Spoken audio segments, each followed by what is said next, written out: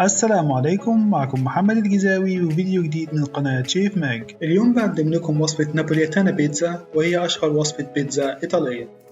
مقادير العجينة لبيتزا حجم وسط: 145 جرام دقيق، وأنا بستعمل دقيق 00 وده مخصص للبيتزا لأنه بيكون مطحون ناعم جدا، لكن لو مش متوفر ممكن نستعمل دقيق كافة الاستعمالات، المهم تكون نسبة البروتين فيه عالية.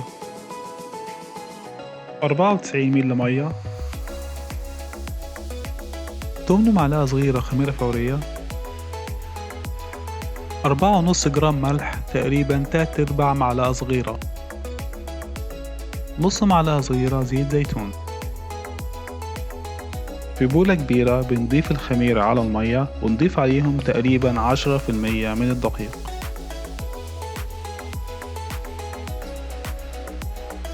بنقلب كويس بمعلقة خشب إلى أن يصبح الخليط متجانس.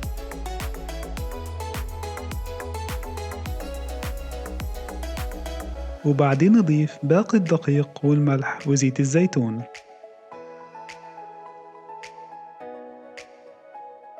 ونبدأ نعجن بإيد واحدة.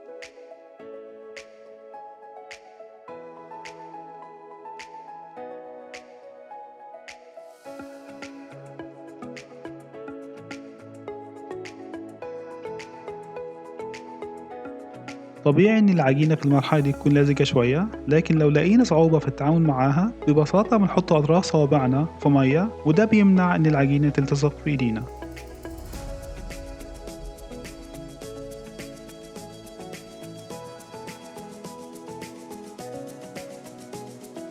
ولما العجينة تصبح متماسكة بنرش شوية دقيق على الطب اللي هنشتغل عليه، ونبدأ نعجن بالطريقة دي.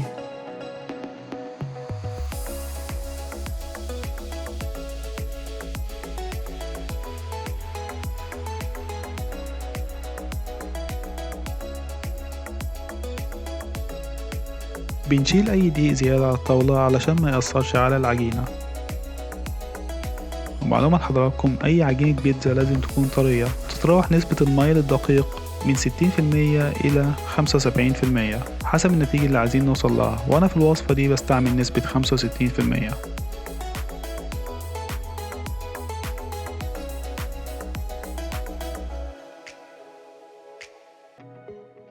بنستمر في العجن من 10 دقايق ل15 دقيقة، وبنعرف العجينة أصبحت جاهزة لو حطينا صباعنا عليها وحسينا بمقاومة.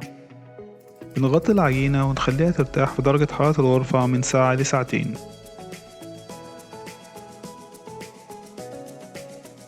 ولما العجينة ترتاح بنجيب علبة وندهنها بزيت زيتون، وبنشكل العجينة على شكل كرة ونخليها في العلبة ونغطيها كويس جدا.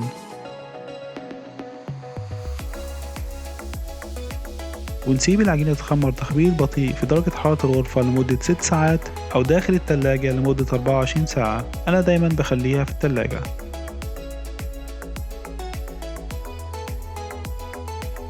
ولما بنطلع العجينة من التلاجة تاني يوم بنخليها بدرجة حرارة الغرفة من ساعة لساعتين.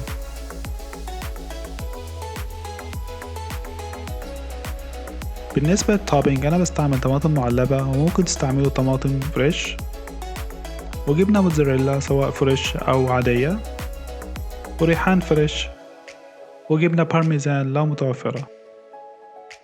وفي كبة أو خلاط بنضع قطع الطماطم بدون عصير، ونضيف عليهم أوراق الريحان ورشة ملح وزعتر بري لو متوفر.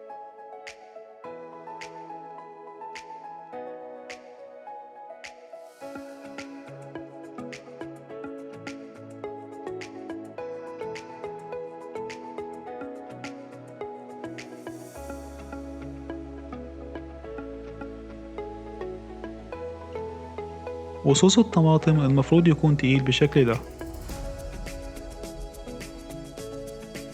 وقبل ما نجهز البيتزا بنص ساعة أقل بندخل حاجة البيتزا أو صينية مقلوبة داخل الفرن ونضبطه على أعلى درجة حرارة.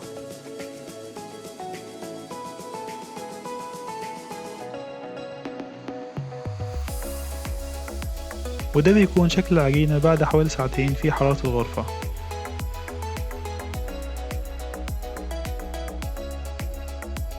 بنرش دقيق في المكان اللي هنشتغل عليه، وبننزل بالعجينة في طبق مليان دقيق بحيث نغطيها من ناحيتين.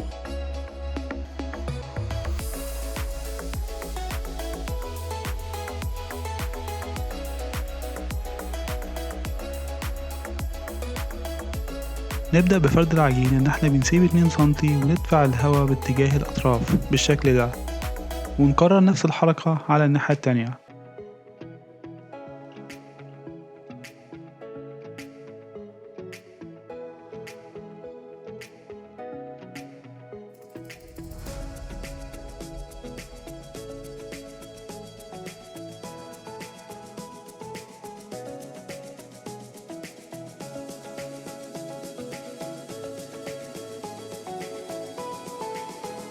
ونبدأ بعمل ستريتشنج للعجينة، إن احنا نضغط بإيدينا الاتنين ونسحب باتجاه الأطراف بحركة دائرية بالشكل ده.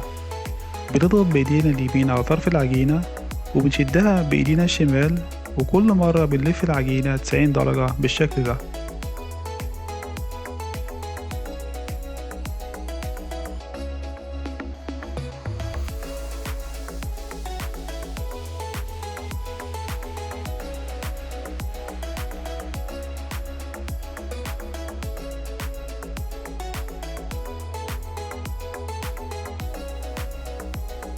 وبكده بنكون خلصنا فرد العجينة. بنجيب بيتزا بيل زي اللي في الصورة أو صينية ونقلبها ونرش عليها شوية دقيق سيمولينا ونرفع عليها العجينة.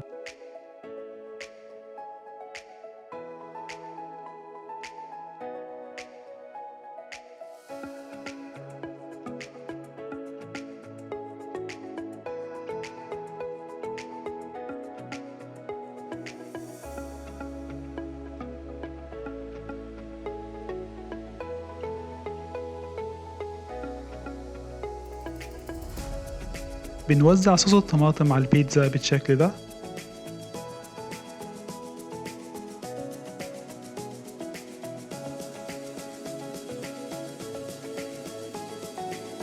وبنبشر جبنة بارميجانو،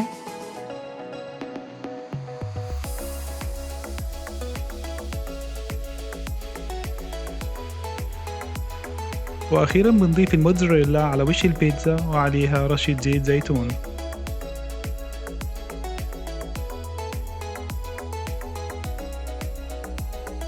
وبكده بتكون البيتزا جاهزة ولازم ندخلها الفرن بسرعة.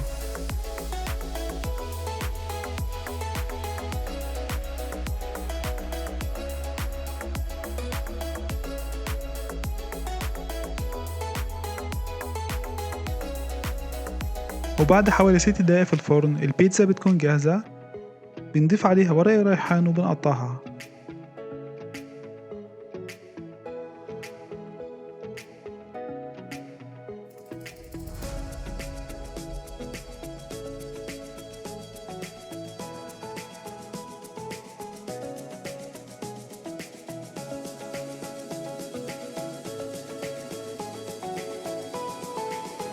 ياريت تجربوا الوصفة وتعطونا رأيكم في التعليقات، وما تنسوش لايك وشير على فيسبوك وسبسكرايب على يوتيوب.